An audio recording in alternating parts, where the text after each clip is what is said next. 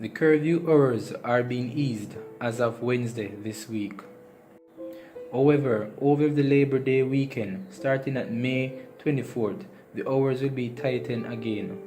Prime Minister Andrew Holness gave the change regarding the curfew while speaking at a digital media briefing.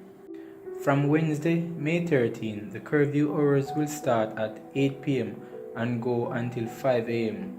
This is a change from the present situation that continues until Wednesday morning when the country has been under 6 p.m. to 6 a.m. curfew. From Wednesday, May 13 until Sunday morning, May 24, the day before Labor Day, therefore, curfew hours will be from 8 p.m. to 5 a.m. On Sunday, May 24, the curfew will start at 3 p.m.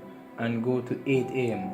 Labor Day, Monday, May 25, and then on Labor Day, May 25, the curfew will start at 3 p.m. and end at 5 a.m.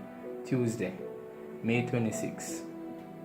A new curfew cycle will then commence on Tuesday evening 9 p.m. to 5 a.m. Wednesday, May 27, and will continue 9 p.m. to 5 a.m. and thereafter May 31.